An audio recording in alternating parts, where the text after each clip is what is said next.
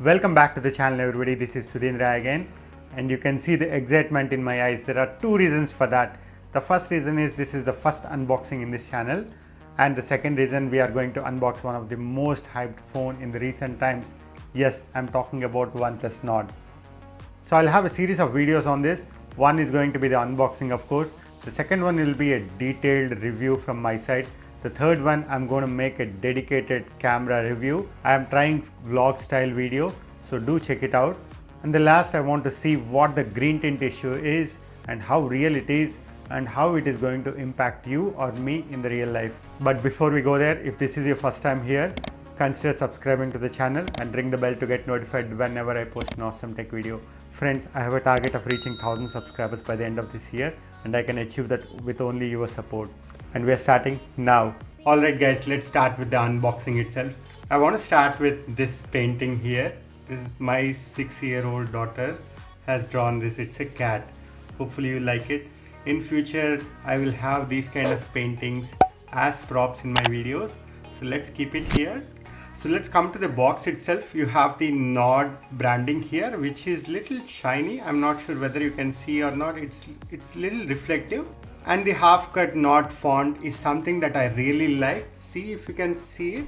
It was not shipped properly. If you see all these folds here, I think it was handled little roughly. Call me a geek or whatever, but when it comes to my gadgets, I want the boxes also to be perfect. But this is what we got. We have the OnePlus logo here and the Nord branding. We have OnePlus branding here, nothing here, and OnePlus Nord, the model name. Coming to the back side of the box, we see that it is manufactured in 7th July 2020, which is good. The price is 27,999. I have the 8 gig variant. The box contents, and it is manufactured by Oppo Mobiles India, and it is manufactured in Uttar Pradesh, which is also good. But let's open the box. I have to be honest, this phone is not mine. As I said earlier, this is my cousin's phone. They already opened it. I requested them to give it to me for quick unboxing and one day for review. Let's open the box. The blue lining here looks very cool, different from what we see in the other brands. Let's keep the phone aside. We have a small pouch here. This is the cable that we get in this 33-watt charger, and there's nothing else in the box. We already know OnePlus chargers are really fast. I will let you know tomorrow how much time the phone takes to charge completely from 0 to 50% and to the complete charge. Let's keep this aside and see what else we get in the box.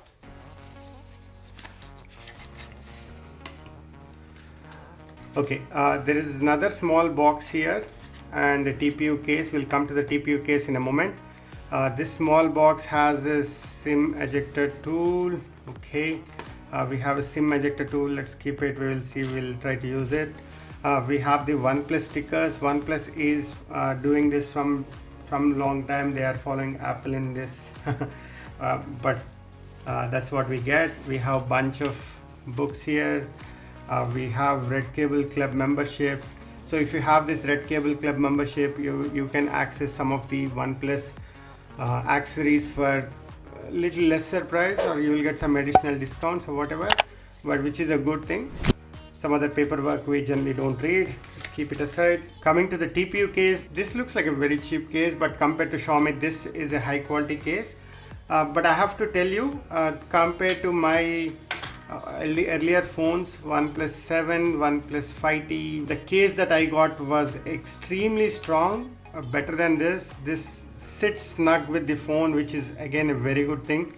What OnePlus does is something really good compared to other brands, but however the quality should have been better. But I'll tell you guys, within 6 months this case will end up like this. So if you are interested in covering your phone with this kind of yellowish material which will spoil the looks of your phone, feel free to use this. At the end of the video, I will tell you what are the important accessories that you should get with this phone. So let's keep this aside. We are not interested in this anymore. Let's come to the phone itself. We have the Onyx Grey here. It's a glass finish and the gray looks very good. If you can see the pattern when I turn the phone around. I'll boot the phone. By the time it is getting booted, I'll give you an overview of the phone.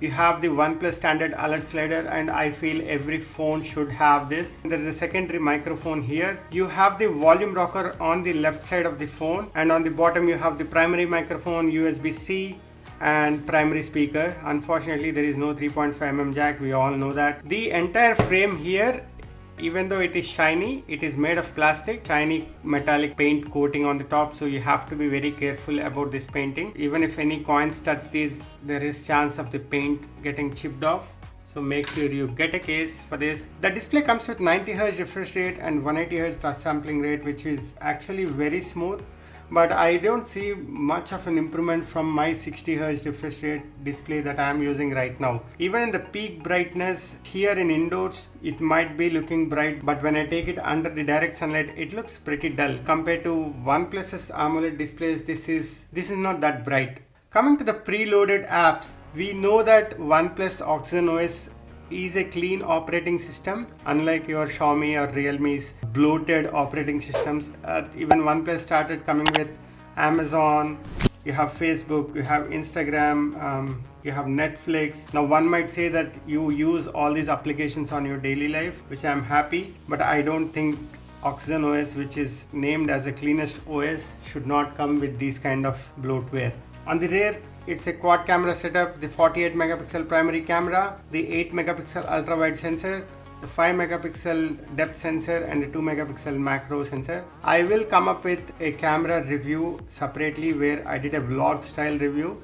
Stay tuned to that, where I tried almost all the modes available in this, so you will come to know how the camera is performing if you want to use this phone as a vlogging device. But to give you a quick update from that, the 5 megapixel depth sensor is bad and the 2 megapixel macro sensor is trash, so don't keep any hopes on these two sensors. 8 megapixel ultra wide sensor is decent, but it's very soft. 48 megapixel, OnePlus has been using it from last 2 years, so they have almost perfected this.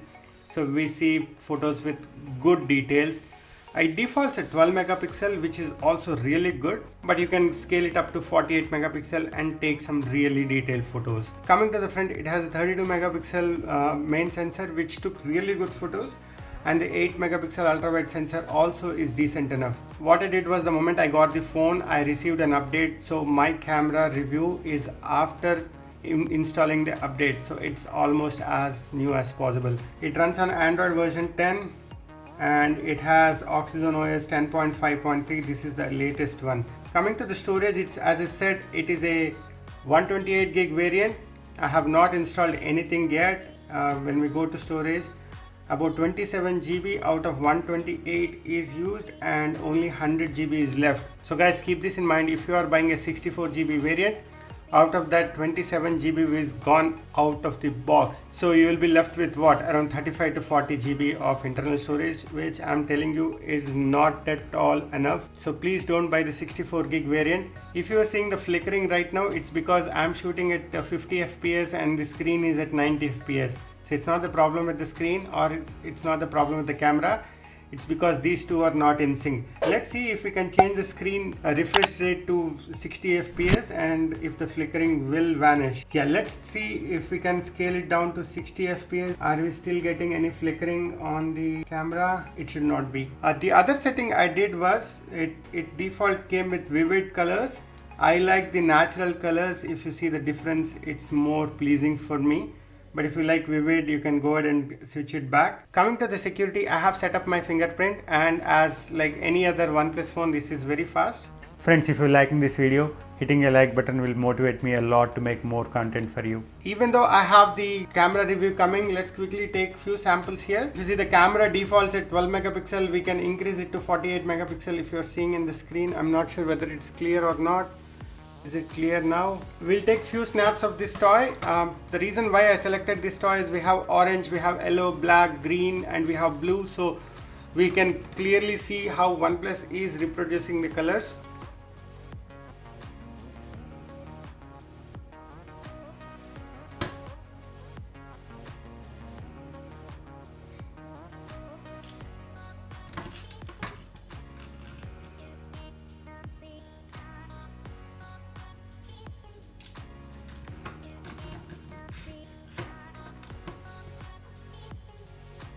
It also has this top, so you can also see how OnePlus is taking the shadows.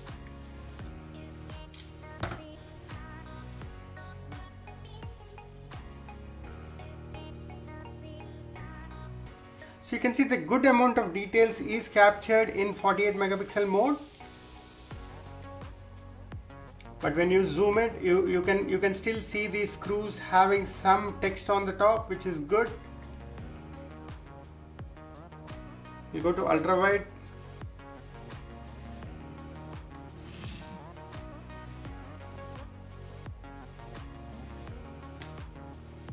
There's a 2x zoom in this. This is a digital zoom, this is not optical zoom, and here is a wide angle. So it has good coverage if you see. Alright guys, this is about the phone, but I want to tell you what are the most important accessories that you should get for this phone. One, this phone comes with a pre-installed screen guard, which is good. However, this has both Corning's Gorilla Glass 5 on front and back, so it should save you from most of the scratches. The back is a fingerprint magnet. If you want to use it without any case, you have to be very careful about that. You have to keep it cleaning. However, I don't suggest you use this phone without a case because of the structural strength it has. So I don't want to do any experiments like Jerry Rig or Gupta ji, because this is not my phone. The first important accessory I will suggest is OnePlus original case.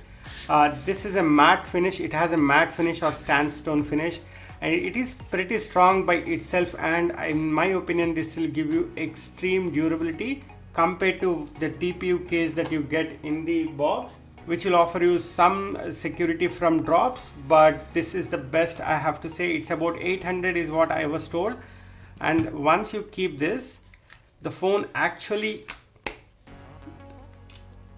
looks lot premium.